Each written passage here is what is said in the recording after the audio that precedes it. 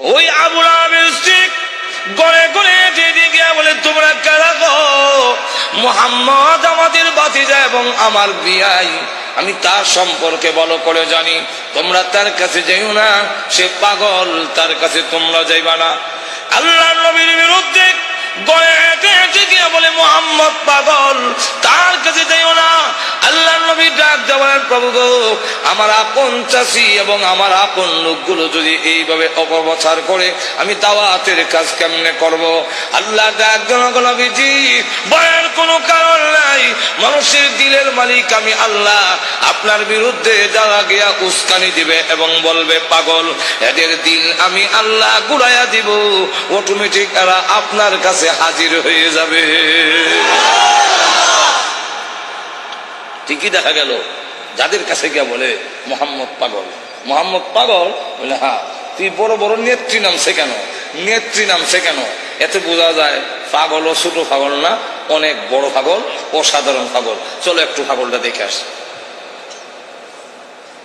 পাগল দেখতে এসে দেখা দেখা আল্লাহ নবীর নুরানি চেহারা এত সুন্দর, খানায় কাবার সামনে দাঁড়ায় কোরআন শরীফ পড়ে, নবীজির চেহারার আলোতে কাবা ঘরের দেওয়াল আলোকিত হয়ে গেছে।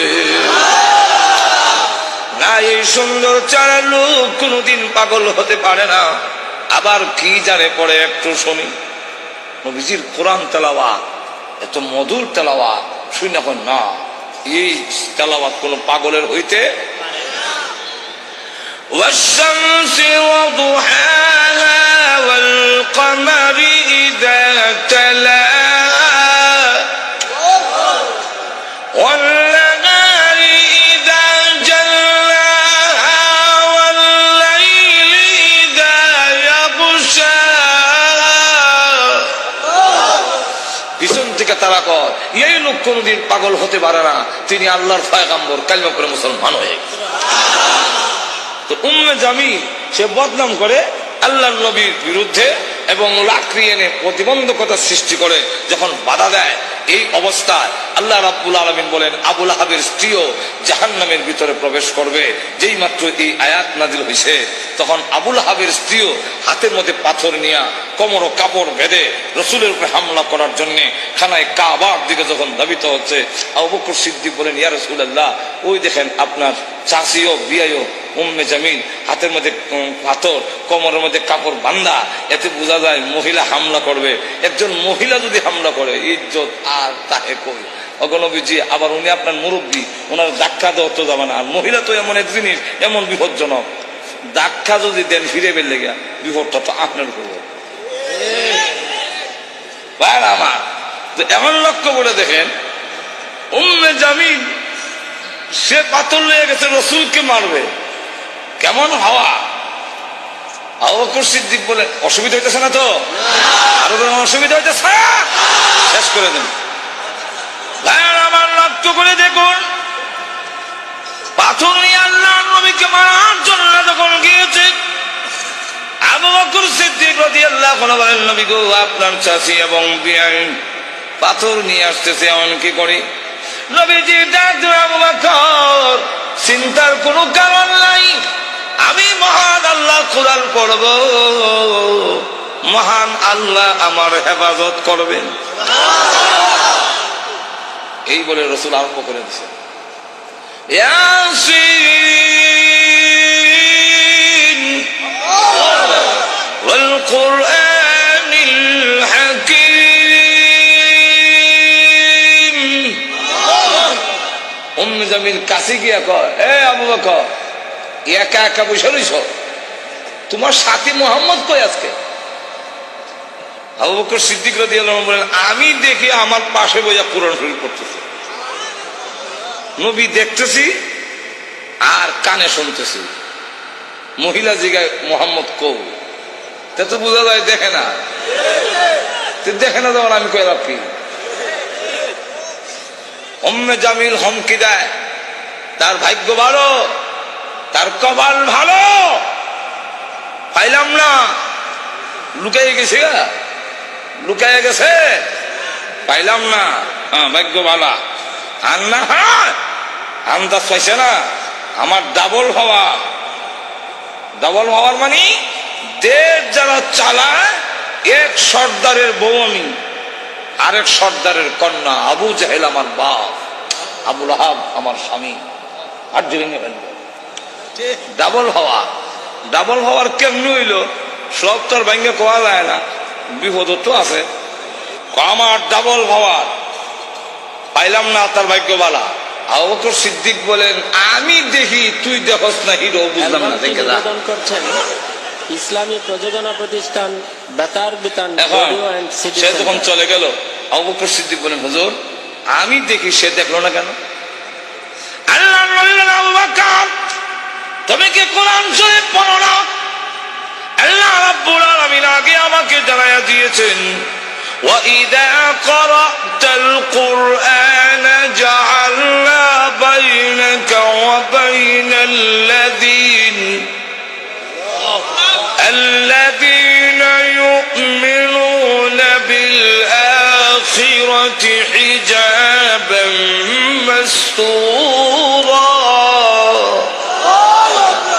হ্যালো ভাই, আপনি যখন কোরআন শরীফ পড়েন তখন আপনার আর অবিশ্বাসী বেঈমান কাফেরের মাঝে আমি আল্লাহ হিজাবাম মাসতুরা, গোপন পর্দা দিয়া আপনারে ঢেকে ফেলি। রাসূল বলেন, আবু বকর গোপন পর্দাটা কি জানো? ওয়াল্লাহু আ'লামু রাসূলুহু, আল্লাহর রাসূল বলেন, আমি যেই দিকে তাকাই সেই দিকেই দেখি অসংখ্য ফেরেশতা আমাকে ঘেরাও করে দাঁড়ায় আছে। আবু জাহেল, আবুল আহাব ক্ষুব্ধ হইয়া দুই ছেলে, রসুলের দুই মেয়ের যে বিয়া করেছিল মনে আছে তো?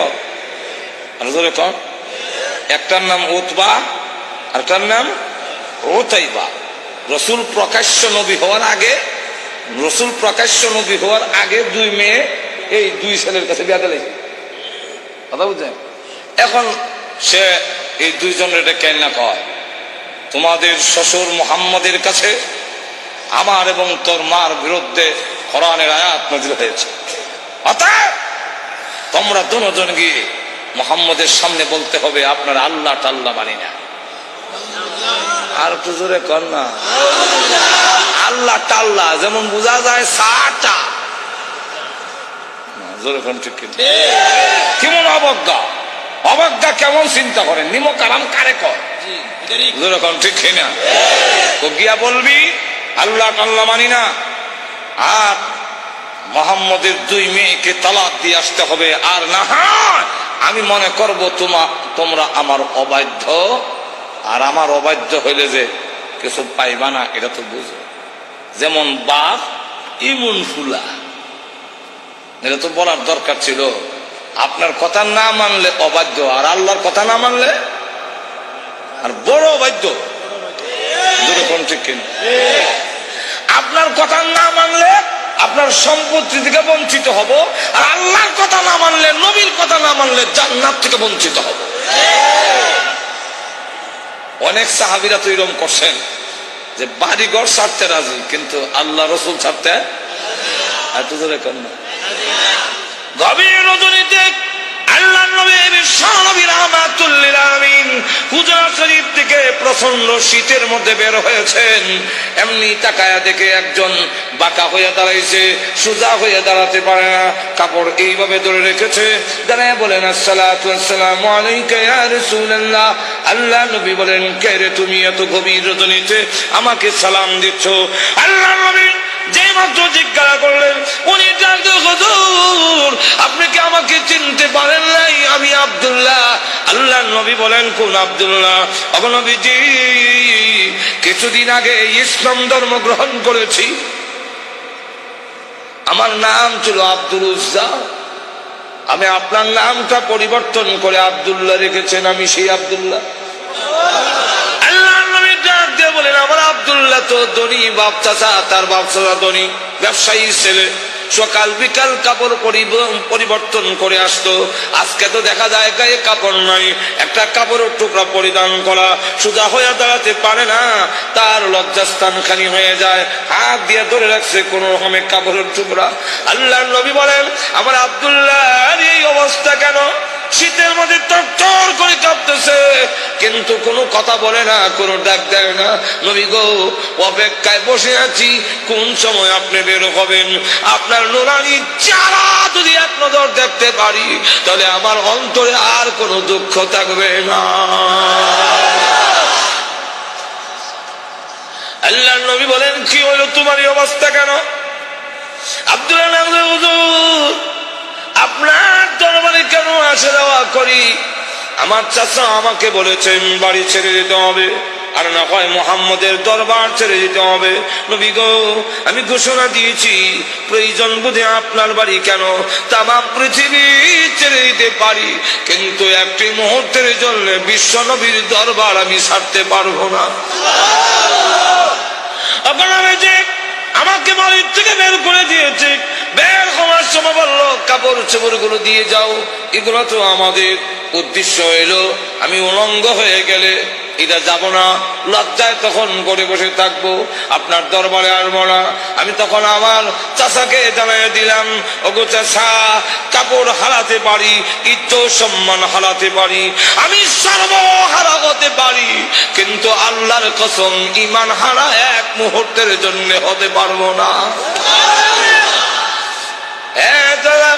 আজকে যদি শরমের আর ইজ্জতের বয়ে কাপড়ের জন্য আমি ঈমান হারা হয়ে যাই, মৃত্যুর পরে কবর থেকে উলঙ্গ হয়ে আল্লাহর দরবারে উঠব, উলঙ্গ অবস্থায় জাহান্নামের মধ্যে দেওয়া হবে। আল্লাহর নবী আমার কাপড় চোপড় গুলো রেখে দিয়েছে, আমি আমার মার সামনে দাঁড়িয়ে বললাম, মা গো, মা একটা কাপড় দেন না, আমি আমার লজ্জাস্থান রেখে বিশ্ব নবীর দরবারে যাব। ওগো মা, একটা নজর যদি আল্লাহর নবীকে দেখতে পারি, তাহলে আমার মনে আর কোনো ব্যথা থাকবে না। এই বলে হুজুর আমার মা একটা কাপড় দিয়েছেন, কোন রকমের লজ্জাস্থান রেখে আপনার হুজুরের সামনে এসে বসে আছি। কোন সময় আপনি বের হবেন, আপনার চেহারা মুবারক একটা নজর দেখার জন্য বসে আছি। নবীজি তার করুণ কাহিনী শুনে বিশ্ব নবী পর্যন্ত চোখের পানি রাখতে পারলেন। আল্লাহ নবী ডাক দেবেন, আব্দুল্লাহ আমার ঘরে আয়, হুজুরের শরীফে আয়, এই নে আমার ব্যবহারের দুইখান কাপড় তোরে দান করলাম। নবীজির দুইখানা কাপড়, ব্যবহারের কাপড়ের দাম আছে না নাই? এরপর থেকে আব্দুল্লাহ যুল বাকাতাইন হয়ে গেল, খালি আব্দুল্লাহ না, এখন টাইটেল লাগছে। আল্লাহ নবী আব্দুল্লাহ বল, তোর কোন আকাঙ্ক্ষা আছেনি? আব্দুল্লাহ হুজুর দুনিয়ার কোন আকাঙ্ক্ষা নাই, আপনার কাছে আমার একটা দরখাস্ত। নবীজি আপনি বলেছেন শাহাদাতের মরণ হইলে মরণের কষ্ট হয় না, আপনি বলেছেন শাহাদাতের মরণ হইলে কবর গেলে মুনকার নাকির আসে না, আপনি বলেছেন শহীদ হয়ে মরলে কিয়ামতের মাঠে কোনো হিসাব কিতাব হবে না, বিনা হিসাবে জান্নাতে যাবে। তাই আমার দরখাস্ত, ওগো নবীজি আপনি আল্লাহর কাছে বলুন আমার শাহাদাতের কামনা যেন মহান আল্লাহ কবুল করে নেন। নবীজি দোয়া করে দিলেন, দোয়া রসুলের দোয়া, হাত উঠাইতে দিদি আর তোদের কবুল হইতে। আল্লাহ নবী বিশ্ব নবী রাহমাতুল লিল আলামিন দোয়া করে দিলেন। এখন আব্দুল্লাহর জন্য দোয়া কেমন কবুল হয়ে গেছে। তবুকের যুদ্ধে গেলেন, কিন্তু তবুকের যুদ্ধটা হইল না, ফিরে আসবেন। আব্দুল্লাহ রাস্তার মধ্যে অসুস্থ হয়ে গেলেন, সেখানে তিনি ইন্তেকাল করলেন। আল্লাহ নবী ঘোষণা দিয়েছেন, আল্লাহর রাস্তায় যখন মানুষ বের হয়ে যায়, রাস্তায় মারা গেল শাহাদাতের সওয়াব তাকে দেওয়া হয়। আমার আব্দুল্লাহকে গোসল দাও, কাফন পরাও, আমি নিজে জানাজার নামাজ পড়াবো। নবীজি নিজে জানাজার নামাজ পড়াইয়া লাশ যখন কবরের দিকে নিয়ে যায়, নবীজি পিছনে পিছনে যায়, কবরের পার গেলে পড়ে ডাক দিয়ে বলে, সাহাবীরা রে, কেউ কবরে নামবে না, আমি তার কবরে নামবো। নবীজি আব্দুল্লাহ রাদিয়াল্লাহু আনহুর কবরে নামে দুই কান হাত উপর দিকে বাড়ায় দিয়ে বলেন, রে আব্দুল্লাহ, সাহাবীরা দে লাশটা আমার হাতে দে। একটু জোরে কর না। দে আমার আব্দুল্লাহর লাশ আমার কোলে ছেড়ে দে। নবীজির কোলে ছেড়ে দিলে নবীজি এইভাবে লাশটা উপর দিকে উঠাইয়া আকাশের দিকে তাকায় বলে, আল্লাহ, আমি আব্দুল্লাহর প্রতি খুশি, তুমিও খুশি হয়ে যাও। আল্লাহ, এখন আব্দুল্লাহর লাশটাকে আমার কোল থেকে তোমার রহমতের কোলে আমি স্থানান্তর করতে চাই। এই কথা শুনে সাহাবীরা গইরে কবর পার কান্না শুরু করেছেন। বিশেষ করে সাদ ইবনে আবি ওয়াক্কাস রাদিয়াল্লাহু আনহু ডাক দিয়ে বলে, মাটিতে গড়িয়ে কান্না আর বলে, আব্দুল্লাহ রে, এই লাশটা তোর না হইয়া আমার যদি হতো রে, আমার ভাগ্য কত ভালো ছিল রে আব্দুল্লাহ। এই লাশ তোর না হইয়া আমার যদি হতো, যেখানে আল্লাহর নবী বলতেছেন, আল্লাহ আমি খুশি, মেহেরবানি করে তুমিও আমার আব্দুল্লাহর প্রতি খুশি হয়ে যাও। আমার লক্ষ্য করে দেখুন, এইভাবে অনেক ঘটনা সারা রাত বললেও তো শেষ হবে না। এইভাবে বাড়ি ঘর ছেড়ে দিয়েছেন আল্লাহর দ্বীনের জন্য, ইসলামের জন্য, আল্লাহ নবীর জন্য। কিন্তু আবু লাহাবের ছেলে যেমন বাবা তেমন ছেলে উতবা আল্লাহ নবীর সামনে গিয়ে বলে, ওগো মুহাম্মদ, আপনার আল্লাহর তাল্লাহ এগুলো আমরা মানি না। আর তো জোরে কর না। আর নবীজির সামনে দাঁড়ায় বলে, আপনার দুই মেয়েকে তালাক দিলাম। নবীজির তাফসীরে মাযহারিতে লেখে, আল্লাহ নবীর উপরে হামলা করে টান দিয়ে জামা ছেড়ে ফেলেছে। নবীজি চোখের পানি ছেড়ে দিয়ে কাঁদলে, হ্যাঁ প্রভু, আমার জামা ছিঁড়েছে, এই জন্য আমি ব্যথা পাইনি। আমি কত আঘাত খাইলাম তোমার দ্বীনের জন্য, তোমার জন্য, তোমার দ্বীনের জন্য যদি আমি কষ্ট পাই, আমার তেমন কষ্ট লাগে না। ও প্রভু, আমার মেয়েকে তালাক দিয়েছে, এই করলে দুঃখ লাগে নাই, দুঃখ লেগেছে। আমার সামনে যদি তোমাকে কেউ অবজ্ঞা করে, তোমাকে অপমান করে, আমি রাসূল কখনো বরদাস্ত করতে পারি না। ভাইরা আমার, বাস্তবিক যাদের ভিতরে ঈমান আছে, ঈমানদার কখনো দুনিয়ার সকল কিছু বরদাস্ত করতে পারে, কিন্তু আল্লাহ নবীকে অপমান করবে, এই পৃথিবীর কোন মুমিন কখনো বরদাস্ত করবে না। এর নামই হলো ঈমান। জোরে কোন ঠিক কিনা? আল্লাহর জন্য, আল্লাহর নবীর জন্য, আল্লাহর দ্বীনের জন্য মুমিন তার জীবন উৎসর্গ করতে পারে, কিন্তু আল্লাহর অবমাননা কখনো মুমিন বরদাস্ত করতে পারে না। আমার আল্লাহর নবী, আল্লাহর মহব্বত নবীর অন্তরে বেশি না কম? আর তো দূরে কম না, সকলের চেয়ে বেশি না কম? নবীজি কান্দেন আর বলেন, প্রভু গো, আমার সামনে কেমনে কয় তুমি আল্লাহ টাল্লাহ, এত বড় নিমক কারাম আল্লাহ আমি কেমনে বরদাস্ত করি? আল্লাহ ডাক দেওয়ার, নবী গো, আমি বানাইছি, নিজের সন্তান যদি নিজের দারিদ্র্যে টান মারে দুঃখ লাগে না? না লাগে? নিজের সন্তান যদি কিল মারে খাবলায় কষ্ট লাগে না? আপনার কষ্ট লাগে না, কিন্তু দেখবেন আপনার মা এই জিনিসটা বরদাস্ত করবে না। আপনার ছেলে আপনাকে যদি দারিদ্র্যে টান মারে, আপনার কিন্তু কষ্ট লাগে না? আপনার যদি খাবলা মারে, আপনার কষ্ট লাগে না? মাথা শুরু করে টানে, আপনার কষ্ট লাগে না? লাথি মারে, কষ্ট লাগে না? কিন্তু আপনার মা যদি দেখে, তখন বরদাস্ত করে না। দেখে তাহলে আল্লাহ ডাক দিয়ে বলে, আমি বানাইছি মানুষ, এই মানুষ যদি আমার সাথে বেয়াদবি করে, আমাকে গালি দেয়, আমার বিরুদ্ধে বলে, এত আঘাত লাগে না, কিন্তু আমার নবীকে যদি কেউ কিছু কয়, আমি আল্লাহ বরদাস্ত করি না। আমার নবীর বেয়াদব আমি আল্লাহ ছাড় দেই না। আমার নবীর গায়ে আঘাত করলে আমার কষ্ট লাগে। সে পাথর নিয়ে আপনাকে মারতে এসেছে, এই জন্য আমি আল্লাহ আয়াত নাযিল করে জানায়া দিলাম। নবীজি এখন বদদুয়া করেন, আল্লাহ তোমার কুকুর সমূহ থেকে একটা কুকুরের উপরে মুসাল্লাত করে দাও, ছড়ায়া দাও। আল্লাহ আবু লাহাবের ছেলে উতবার উপরে তুমি কুত্তা লাগায়া দাও। আল্লাহ নবীর দোয়া হোক বদদুয়া হোক, জবান থেকে বের হতে দেরি হয়, আল্লাহর দরবারে তা কবুল হইতে একটা মিনিট দেরি হয় না।